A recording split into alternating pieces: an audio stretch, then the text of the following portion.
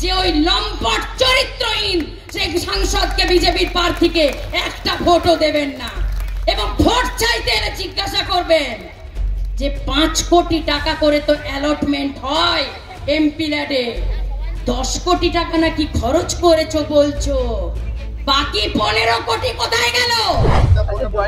জয়পুরের প্রকাশ্য মঞ্চ থেকে সুজাতা মণ্ডল আপনাকে কুরুচিকর মন্তব্য করে, ওটা কে বলেছে জানি না, ওটা কোনো রেজিস্ট্রি নয়। তিনি বলেছেন আমি কিছু জানি না।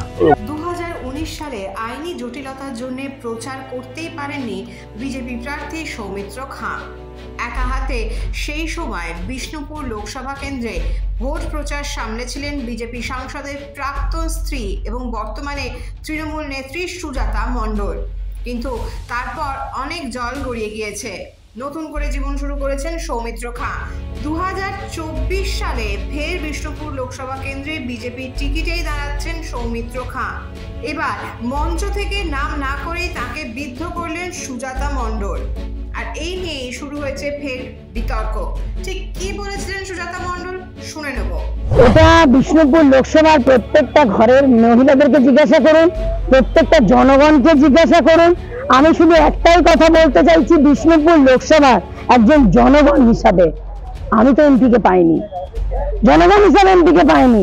এবং সবচেয়ে বড় কথা, যে টাকাটা অ্যালটমেন্ট হয় একজন এমপি জনপ্রতিনিধি হিসাবে নিজে 7টা বিধানসভায় কাজ করার জন্য, সেটা হলো 5 বছরে 5 × 5 25 কোটি টাকা।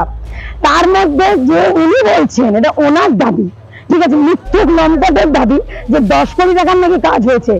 আমি বলবো আরটিআই অ্যাক্ট হোক, ওনাকে 10 কোটি টাকার হিসাবটা দিন উনি কোথায় কাজ করেছেন।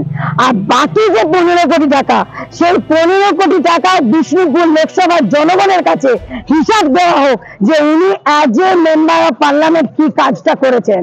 শুধু মহিলা নিয়ে ফুর্তি, আর এই মানুষকে ঠকিয়ে সেই পয়সাটা নিয়ে বিলাসিতা, আর গাড়ি বাড়ি সম্পত্তি বানানো, আর রক্ষিতা নিয়ে ফুর্তি মারা, এই কাজগুলো উনি করেছেন।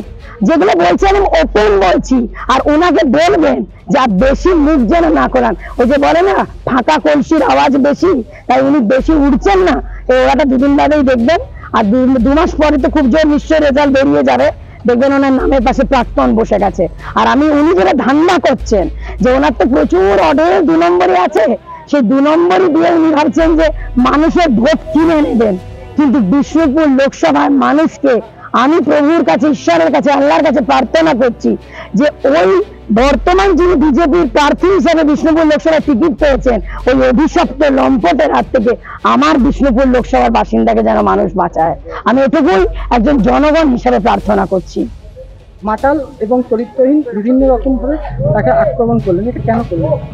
ওনার পার্টির লোকদেরকে খুঁজে পেয়ে যাবেন, ওনার পার্টির লোকদের আগে জবাবটা পেয়ে যাবেন। আপনি দেখুন, আমি কারো নাম করবো না, কারণ নাম করা মানে ফুটেজ দেওয়া। ওনার বিভিন্ন জেলার নেতারা পর্যন্ত এই কথা বলেছেন সন্ধ্যে 7টার পর থেকে এমনই মদ্যপ অবস্থায় থাকেন, তাকে ফোনে পাওয়া যায় না, এবং কি তার অনেক পার্টির ছেলেরা বলেছেন যে তার মুখ থেকে সেই সময় মদ্যপের গন্ধ বের হয়। তাহলে একটা জিনিস বুঝতে পারছেন যে এই কথাগুলো পুরো আমার কাছে রেকর্ডিং সহ রয়েছে। এই কথাগুলো উনি যে মদ্যপ অবস্থায় থাকেন, উনি যে মহিলা নিয়ে মত্ত থাকেন, সেটা বিভিন্ন রেকর্ডিং, বিভিন্ন প্রমাণ রয়েছে। আর আমি নাম করতে চাইছি না, সময় হলে প্রমাণও দিয়ে দেবো। এবং আপনি দেখতে পাচ্ছেন একটাই কথা, যে আজকে দিল্লিতে, কলকাতা এবং বিভিন্ন জায়গায় শুধু ফুর্তি আর বিলাসবাজি ছাড়া উনি কিন্তু কোনো কাজ করেননি। আমি চ্যালেঞ্জ দিচ্ছি, বিষ্ণুপুর লোকসভায় 7টা বিধানসভায় উনি একটা কাজ দেখান, যে কাজটা উনি জোর গলায় বলতে পারবেন যে উনি এমপি থাকাকালীন করেছেন।